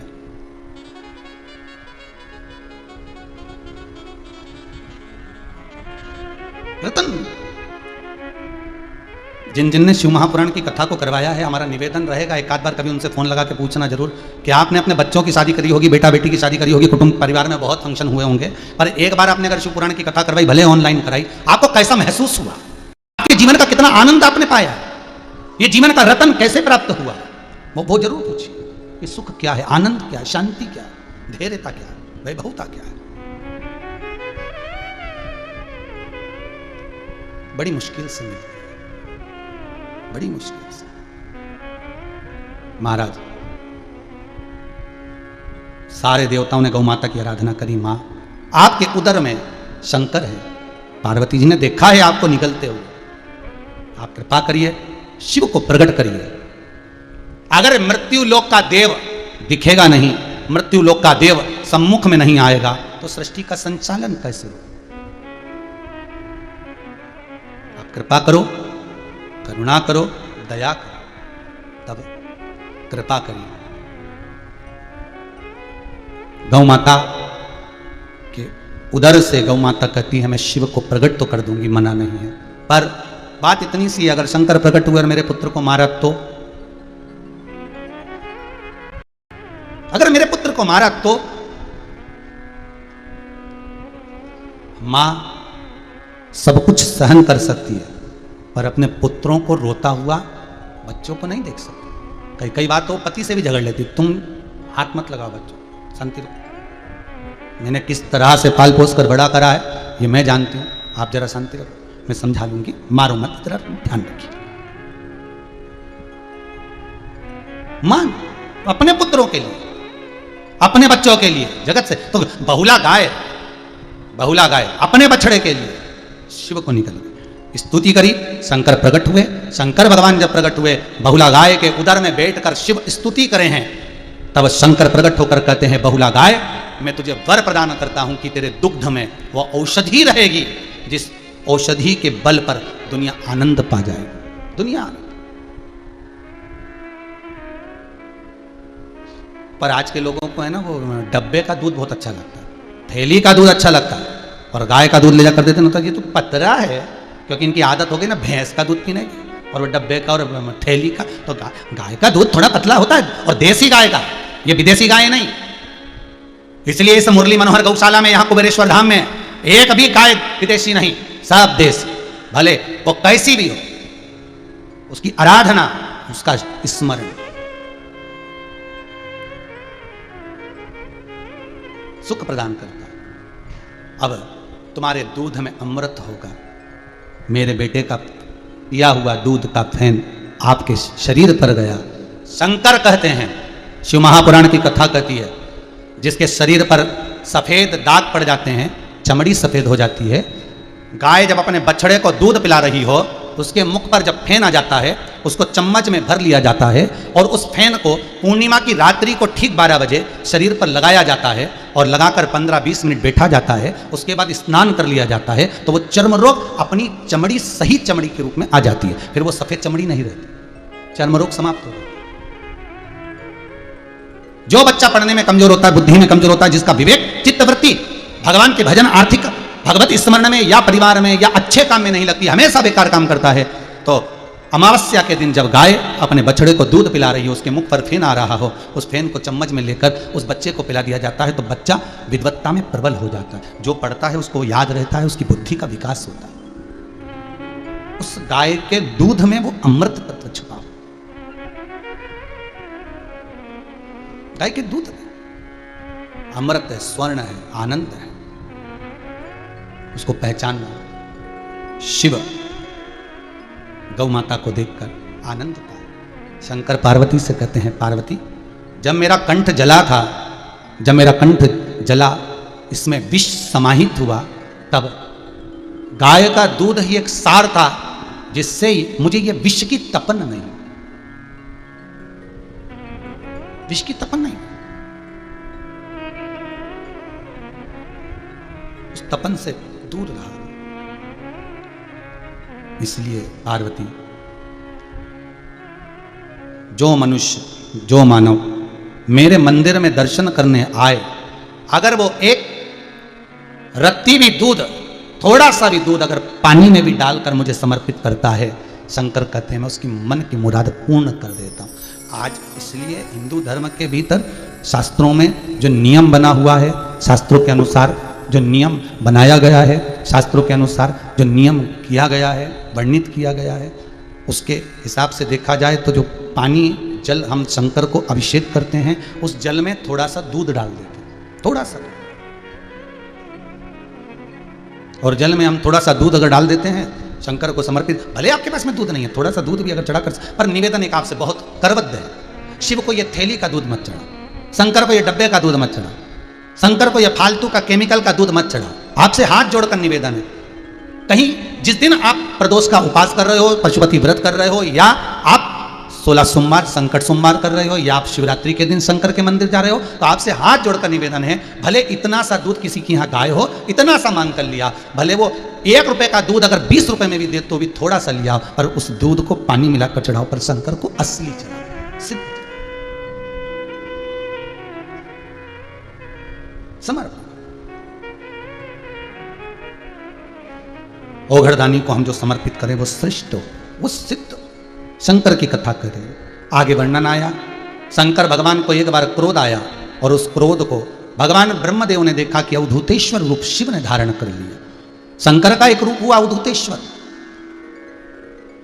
और अवधूतेश्वर रूप शंकर भगवान का जो रूप है, मान लो अगर कोई व्यक्ति आपका धन खा गया हो, रुपया निगल गया हो, पैसा लेकर बैठ गया हो और नहीं दे रहा हो, तो महाराज काली तिल्ली को पीस कर उसका थोड़ा सा भाग, एक छोटा सा भाग शिवपिंडी जैसी तैयार कर लीजिए, काली तिल्ली की शिवलिंग तैयार कर लीजिए। उस शिवलिंग को शमी के पेड़ के नीचे या बेलपत्री के पेड़ के नीचे उसका पूजन कर दीजिए। जिस व्यक्ति से धन लेना है उस व्यक्ति का नाम स्मरण कर कर आंख का पुष्प, आंकड़े का पुष्प, सफेद जो पुष्प होता है आंख का आंकड़े का, उस पुष्प को समर्पित कर दीजिए। उसके सिवाय आपको कुछ नहीं चढ़ाना, केवल आंख का पुष्प, घी का दिया लगाओ, आंख का पुष्प चढ़ाओ, विनती कर कर बाबा से बोलकर, नाम लेकर उस आंख के पुष्प का एक पुष्प कोई कागज में, कोई चीज में बांधकर आप रख लो, बाकी का शिव जी का जब विसर्जन करें, काली तिल्ली का जो शिवलिंग बनाया उसका विसर्जन करें, उसके साथ विसर्जन कर दें। जिस व्यक्ति से धन लेना है, पैसा लेना है, उसके ऑफिस तक, उस व्यक्ति तक वो पुष्प भेज दीजिए, उसके यहाँ पटकवा दीजिए। वो व्यक्ति हाथ जोड़कर भी आपका धन वापस करेगा, वो व्यक्ति रुपया वापस देकर जाएगा। अवधूतेश्वर महादेव, और वो शिव का एक स्वरूप है अवधूतेश्वर, शंकर का एक प्रतिबिंब, एक स्वरूप है अवधूतेश्वर, वो अवधूतेश्वर महादेव। जो व्यक्ति के जीवन में कुछ थोड़ी सी उतल पुतल कर कर वो कार्य को सिद्ध कर देते। एक और बात ध्यान रखिएगा हमारे, जिस एग्जाम में आप बार बार बैठ रहे हो, बार बार परीक्षा दे रहे हो, बार बार इंटरव्यू दे रहे हो और जॉब नहीं लग रहा, परीक्षा में आप उत्तीर्ण नहीं हो रहे, तो भी अवधूतेश्वर महादेव का स्मरण, आटे का दिया बनाकर उसमें 4 बत्ती रखकर शंकर मंदिर की चौखट में बीच में जलाकर उस दिए को अवधूतेश्वर महादेव से लगाकर आप इंटरव्यू देने के लिए जाइए, आप परीक्षा देने के लिए जाइए, उसका फल मिलेगा। अवधूतेश्वर महादेव।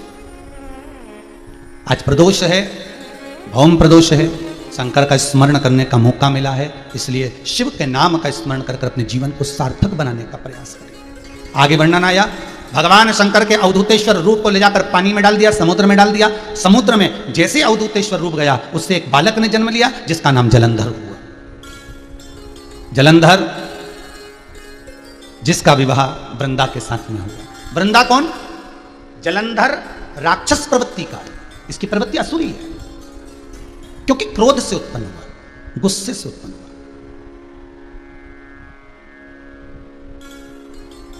बहुत ध्यान दीजिएगा हमारा, पति और पत्नी दोनों गुस्सा करें मना नहीं है हो, पर बच्चों के सामने ना करे जाए। आपस में झगड़ा पति पत्नी जब करें तब ध्यान रखना कि घर के कैमरे को ऑफ कर दो। ये बच्चे जो होते हैं ना, ये कैमरा होते हैं, जैसे ये कैमरा लगा है ना, ये सब कैच कर रहा है, क्या कर रहे हो, कैसे बोल रहे हो, क्या कर रहे हो, क्या। तो बच्चे जो होते हैं ना, ये भी एक कैमरा होते हैं। तो जैसा करते हो बच्चे वो कैच करते जाते हैं, बच्चे वो देखते जाते हैं। और जैसा जैसे दादी अगरबत्ती लगा के उठेगी तो बच्चे बैठ जाते हैं, 2 अगरबत्ती लेके, अगरबत्ती नहीं होती तो तीली लेकर बैठ जाते हैं। उन बच्चों की आदत रहती है, कुछ ना कुछ लेकर बैठेंगे। उनको दादी को देखते हैं तो दादी जैसा काम करते हैं, पिताजी को जैसा गुस्सा करते रहते हैं पिताजी जैसा काम करते हैं, माता जी को जैसा करते देखेंगे माता जी से वैसा व्यवहार करेंगे। अब प्रेम दो बच्चों के साथ। झगड़ा करना है जब बच्चे कोचिंग चले जाएं, ट्यूशन चले जाएं, स्कूल चले जाएं, 4-5 घंटा अच्छा मिल जाता है तुम लोगों के लिए झगड़ा करने के। उस समय पे तुम्हारी मर्जी पड़े तो तुम LCD फेंको, फ्रिज फेंको, कूलर, पर बच्चों के सामने ना। तुम्हारा मन पड़े फिर खूब झगड़ो दिल से। ऐसा बीच में हम पहले कबड्डी खेलते थे ना, तो ऐसे बीच में लाइन खींच देते और फिर तो फिर चलो हो जाए, पर बच्चों के सामने नहीं, झगड़ा नहीं। महाराज क्रोध, और क्रोध से उत्पन्न हुआ है अवधूतेश्वर। अवधूतेश्वर रूप को भी क्रोध में बदलकर जो उत्पन्न हुआ वो जलंधर, और वो राक्षस प्रवृत्ति उसको प्रकट हो गई। जैसा देखा वैसा हुआ, क्रोध से उत्पन्न हुआ इसलिए क्रोध जैसा, जलंधर क्रोध, और क्रोध के साथ में उसकी राक्षस प्रवृत्ति, आसुरी प्रवृत्ति। अब जलंधर का विवाह होना है, कन्या देखी तो वृंदा भी राक्षस के घर की बेटी थी, वृंदा भी राक्षस के घर की बेटी थी। अब वृंदा राक्षस के घर की बेटी तो थी, पर वृंदा का जो मन था, वृंदा का जो चित्त था, वृंदा का जो मन लगा हुआ था, वृंदा की जो चित्तवृत्ति लगी हुई थी, वो चित्तवृत्ति भगवान श्री नारायण के चरणों में लगी हुई थी। भले वो राक्षस है, भले वो असुर है, भले वो उसकी असुर प्रवृत्ति है, पर उसका मन, उसका चित्त, उसकी वृत्ति, उसका मन भगवान श्री नारायण के चरणों में रमा हुआ है, भगवान श्री नारायण के चरणों में लगा हुआ है। अब एक दिन वृंदा घूम रही थी, भ्रमण कर रही थी, किसी स्थान पर बैठकर, एक कहते हैं गूलर का जो पेड़ होता है, गूलर का जो पेड़ था उसके नीचे वृंदा श्री नारायण का स्मरण में डूबी हुई है, भगवान नारायण की भक्ति में डूबी हुई है वृंदा।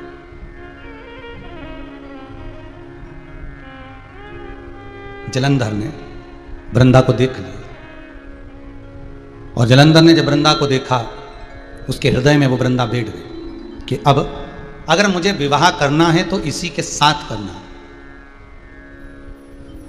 जलंधर ने विवाह का प्रस्ताव वृंदा का भेजा तो वृंदा के पिताजी ने लिखकर भेजा कि शादी तो कर दें, पर हमारी जो बेटी है वो नारायण की उपासक है।